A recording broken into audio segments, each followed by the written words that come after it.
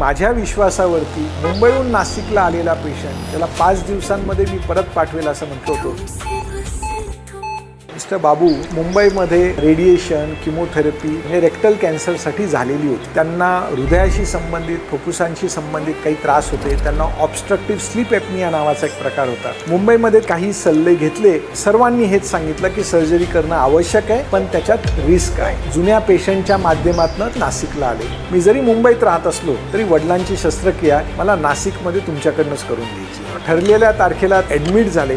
सर्जरीमध्ये थोडी जोखीम आहे याच्याबद्दल त्यांना कल्पना दिलेली होती. त्यांचं रोबोटिक रेक्टल कॅन्सरची सर्जरी करण्यात आली. त्यांना सर्जरीनंतर ICU मध्ये शिफ्ट करण्यात आलं होतं आणि दुसऱ्या दिवशी इनफॅक्ट त्यांना उठून चालवलं सुद्धा. तिसऱ्या दिवशी हॉस्पिटलमधनं फोन आला, बाबांना थोडंसं ब्रीदिंग डिफिकल्टी वाटतेय, आम्ही त्यांना ICU मध्ये शिफ्ट करण्याचा निर्णय घेतोय. ओबेसिटीमुळे पोटाचा घेर वाढलेला होता. आतड्यांची हालचाल कमी झालेली होती. CT स्कॅन करून घेतला, त्यांमध्ये काही नव्हतं. स्टोमाचा किंचितसा रक्तपुरवठा कमी झाल्यासारखं डाऊट वाटत होता. नेक्स्ट डे मॉर्निंगला आम्ही त्यांची एक सर्जरी करण्याचा डिसिजन घेतला. Surgery went of very well. ICU जेव्हा शिफ्ट केलं तर त्या दिवशी व्हेंटिलेटरवरती ठेवण्याचा निर्णय घेतला. त्यांचं व्हेंटिलेटर वीन ऑफ करायचा प्रयत्न केला तर त्यांच्या रक्तातलं कार्बन डायऑक्साईड खूप जास्त वाढत होतं. रिकव्हरी झाल्यानंतर रूममध्ये शिफ्ट करण्यात आलं. 5 दिवसांच्या ऐवजी त्यांचा हॉस्पिटलमधला स्टे जो होता तो ऑलमोस्ट 17-18 दिवस झालेला होता. 9 दिवस ते ICU मध्ये होते. रुग्ण बरा होण्यासाठी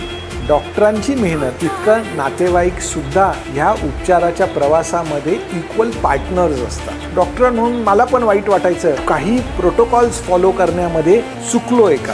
परंतु जेव्हा आम्ही सगळ्या गोष्टी असेस केल्या, आम्ही आमचा 100% प्रयत्न केला होता. जेव्हा ते नाशिकहून मुंबईला निघाले, त्यांच्या मुलांनी मला अतिशय सुंदर मेसेज पाठवला की सर थँक्यू. आम्हाला सुद्धा भीती वाटत होती, परंतु आम्हाला तुमच्यावरती पूर्ण विश्वास होता. पेशंटला पेशंट न समजता आपला कुटुंबीय म्हणून ज्या प्रकारची तुम्ही काळजी घेत होते, आम्हाला विश्वास होता की बाबा परत घरी जाते. अशा स्वरूपाचा विश्वासच महत्त्वाचा असतो क्रिटिकल पेशंट्सला बरं करून लवकरात लवकर घरी पाठवण्यासाठी.